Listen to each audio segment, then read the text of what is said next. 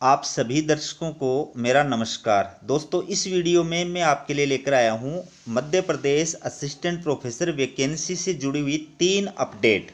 शुरुआत करते हैं पहली अपडेट की। ये आप देखिए, आयुक्त उच्च शिक्षा संचालनालय भोपाल के द्वारा ये अभी जो है सूचना जारी की गई है। और ये किस विषय के संदर्भ में है, इसमें देखिए, प्रदेश के शासकीय महाविद्यालयों में पदस्थ सहायक प्राध्यापकों की जारी अनंतिम वरिष्ठता सूची का विभागीय वेबसाइट पर कर्मचारी कॉर्नर में सहायक प्राध्यापकों द्वारा अवलोकन किए जाने के संबंध में।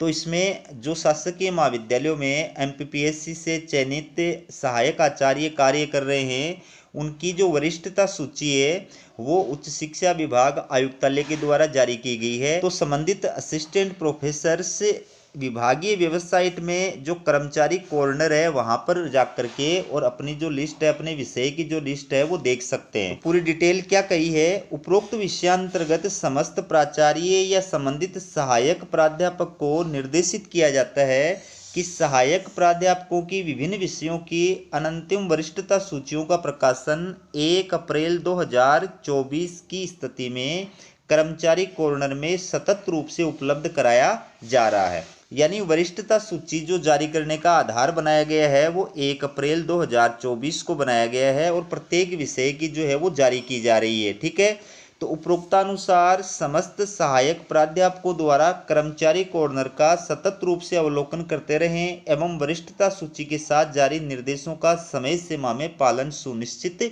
करें। तो जो भी सहायक प्राध्यापक हैं उनको अपने विषय से संबंधित जो सूची है उसका अवलोकन करना है और जो उसके संबंध में निर्देश जारी किए गए हैं उन निर्देशों का पालन करना है। अब देखिए, जो दूसरी अपडेट जारी की गई है ये है जन भागीदारी समिति के द्वारा जो प्रधानमंत्री college of excellence BKSN government college Shajapur Madhya Pradesh के द्वारा ये विज्ञप्ति जारी की गई है उससे संबंधित है। तो इस महाविद्यालय में विभिन्न विषयों के अंदर अतिथि विद्वानों की नियुक्ति करने के लिए सौवित्त योजना के अंतर्गत जो है सत्र 2024-25 में अस्थायी पदों पर योग्य उम्मीदवारों से आवेदन फॉर्म जो है वो आमंत्रित किए गए हैं। तो इसमें बीबीए के अंदर 2 पोस्ट है और बीसीए के अंदर 1 पोस्ट है। ठीक है, अतिथि विद्वानों का चयन मध्य प्रदेश शासन उच्च शिक्षा भोपाल के पत्र ये जो है दिनांक 5/10/2023 के अनुसार किया जाएगा। अभ्यर्थी अपने आवेदन विज्ञप्ति प्रकाशन से 10 दिवस के भीतर कार्यालयीन समय में प्रस्तुत करें। शैक्षणिक योग्यता, मानदेय एवं अन्य शर्तें महाविद्यालय कार्यालय से प्राप्त की जा सकती हैं। तो जो भी अभ्यर्थी अतिथि विद्वानों के लिए आवेदन करने के इच्छुक हैं वो इस महाविद्यालय की ऑफिशियल वेबसाइट पर जाकर के और संबंधित जो जानकारी है वो प्राप्त कर सकते हैं। बाकी इसके अंदर जो क्वालिफिकेशन है वो मैं आपको बता देता हूं। अगर विश्वविद्यालय अनुदान आयोग यानी यूजीसी या फिर सीएसआईआर के द्वारा अगर इन दोनों विषयों के अंदर यानी बीबीए और बीसीए के अंदर जो राष्ट्रीय पात्रता परीक्षा होती है नेट अगर वो आयोजित नहीं कराई जाती है या फिर जो स्टेट पात्रता परीक्षा होती है सेट या स्लेट अगर वो आयोजित नहीं कराई जाती है तो आप केवल मास्टर डिग्री के बेस पर इन विषयों में अप्लाई कर सकते हैं। तो फॉर एग्जांपल अगर बीबीए के लिए अप्लाई कर रहे हैं तो बीबीए के अंदर आपके फर्स्ट डिवीजन होनी चाहिए और एमबीए के अंदर आपके फर्स्ट डिवीजन होनी चाहिए, तो आप इसमें अप्लाई कर सकते हैं। लेकिन अगर नेट या फिर सेट या स्लेट आयोजित कराई जाती है उस स्थिति में आपके पास में इनमें से कोई भी डिग्री जो है वो होनी चाहिए और अगर आप पीएचडी क्वालिफाइड है इनमें से किसी विषय में तो भी आप अप्लाई करने के योग्य हैं।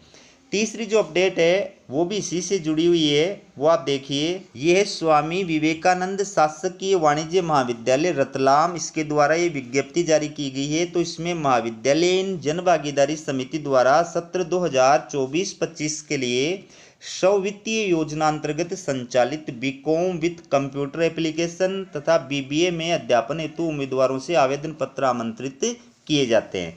तो इसमें आप देखिए, अतिथि विद्वान पद है और विषय है कंप्यूटर एप्लीकेशन, इसमें 1 पोस्ट है। प्रबंधन, इसके अंदर भी 1 पोस्ट है। जो क्वालिफिकेशन बताई है, अगर आप कंप्यूटर एप्लीकेशन विषय में अप्लाई करना चाहते हैं तो इसमें क्वालिफिकेशन क्या है, एमएससी कंप्यूटर साइंस अथवा एमसीए और इनमें आपके न्यूनतम 55% मार्क्स होने चाहिए और इसके साथ साथ नेट या फिर एमपी सेट या फिर स्लेट या फिर पीएचडी आप क्वालिफाइड होने चाहिए। अगर आप प्रबंधन में अप्लाई करना चाहते हैं तो आपके पास में एमबीए की मास्टर डिग्री होनी चाहिए और उसमें कम से कम 55% मार्क्स होने चाहिए और इसके साथ साथ नेट या फिर एमपी सेट या फिर स्लेट या फिर पीएचडी आप क्वालिफाइड होने चाहिए। बाकी इसमें जो मानदेय प्रदान किया जाएगा आपको 16,000 रुपये प्रति माह मानदेय प्रदान किया जाएगा। अब इसमें महाविद्यालय के द्वारा अन्य जो निर्देश जारी किए हैं उसमें क्या कहा है, उपरोक्त आमंत्रित अतिथि विद्वान महाविद्यालय की स्थापना एवं लोक सेवक की विधि विहित परिभाषा के अंतर्गत नहीं माने जाएंगे। अध्यापन व्यवस्था के अंतर्गत दी जाने वाली सेवा पूर्णतया अस्थायी होकर बिना किसी पूर्व सूचना के समाप्त की जा सकती है। इसके बाद में विज्ञप्ति के आंशिक या पूर्ण रूप से निरस्त अथवा परिवर्तन करने का अधिकार प्राचार्य एवं सचिव जन भागीदारी समिति का होगा। आवेदक को चयन की सूचना ईमेल या डाक के माध्यम से प्रदान की जाएगी। इसमें आपका जो चयन किया जाएगा वो आपके एपीआई स्कोर के आधार पर किया जाएगा। ठीक है, आपको इसमें आवेदन किस प्रकार से करना है, तो आवेदन का प्रारूप उच्च शिक्षा विभाग की ये जो वेबसाइट है यहाँ पर विज्ञप्ति मेन्यू से डाउनलोड किया जा सकता है या कार्यालय से कार्यालयीन समय में प्राप्त किया जा सकता है। ठीक है, तो उस आवेदन फॉर्म को पूरी तरह से फिलअप करना है। उसके साथ में अपने सारे जो शैक्षणिक डॉक्यूमेंट्स हैं, प्रशैक्षणिक डॉक्यूमेंट्स हैं, अगर आपने पेपर वगैरह पब्लिश करा रखा है तो उनकी सबकी सेल्फ अटेस्टेड फोटोकॉपी आपको इस आवेदन फॉर्म के साथ में अटैच करनी है और इसको एक बड़े लिफाफे में डालना है और लिफाफे के ऊपर आपको स्पष्ट रूप से लिखना है अतिथि विद्वान हेतु आवेदन और नीचे उस विषय का नाम लिखना है और उसके नीचे दाएं साइड में संबंधित शासकीय महाविद्यालय का एड्रेस लिखना है और बाएं साइड में नीचे आपको अपना एड्रेस लिखना है।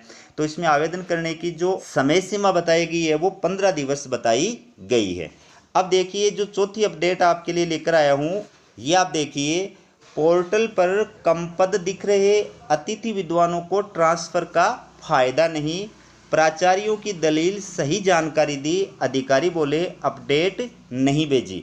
तो दोस्तों जो अतिथि विद्वान हैं उनका ट्रांसफर जो है वो नहीं हो पा रहा है। पोर्टल के ऊपर सही पद जो है उनकी जानकारी प्रदान नहीं की जा रही है। संबंधित जो प्राचार्य हैं उनका अलग जो है कहना है और अधिकारियों का इस बारे में अलग कहना है। तो उसी से जुड़ी हुई पूरी न्यूज आप देखिए।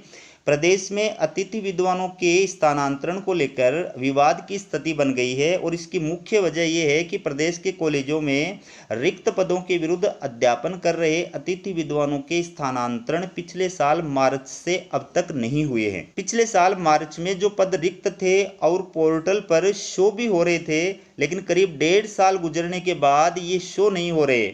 इस वजह से अतिथि विद्वानों को स्थानांतरण का लाभ नहीं मिल सकेगा। अतिथि विद्वान महासंघ के डॉक्टर आशीष पांडे ने बताया कि सबसे ज्यादा समस्या महिला अतिथि विद्वानों को हो रही है। कई अपने शहर से 500 किलोमीटर दूर स्थित कॉलेजों में अध्यापन करा रही हैं। उदाहरण के तौर पर रीवा की अतिथि विद्वान है मंदसौर में पढ़ा रही है। इसी तरह अन्य शहरों के अतिथि विद्वानों की स्थिति है।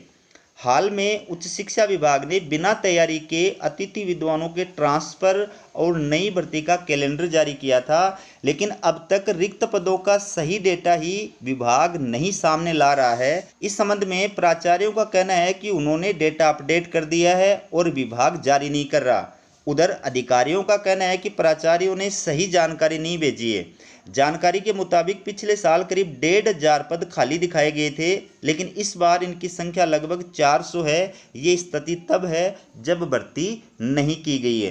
तो इस बारे में जो प्रदेश अतिथि विद्वान महासंघ के अध्यक्ष हैं डॉक्टर देवराज सिंह, उनका क्या कहना है, ट्रांसफर का लाभ नहीं मिल पाएगा। विभाग ने बिना पूर्व तैयारी के ट्रांसफर की प्रोसेस शुरू कर दी, लेकिन रिक्त पदों को शो नहीं किया जा रहा। ऐसी स्थिति में उन्हें ट्रांसफर का लाभ नहीं मिल पाएगा। पदों की संख्या घोषित करने के साथ ही तारीख भी बढ़ाई जानी चाहिए। तो ये थी आपके लिए मध्य प्रदेश असिस्टेंट प्रोफेसर और गेस्ट फैकल्टी से जुड़ी हुई अपडेट। इसी प्रकार की अपडेट पाने के लिए चैनल को सब्सक्राइब जरूर कीजिएगा। हमारा वीडियो देखने के लिए आप सभी का बहुत बहुत धन्यवाद।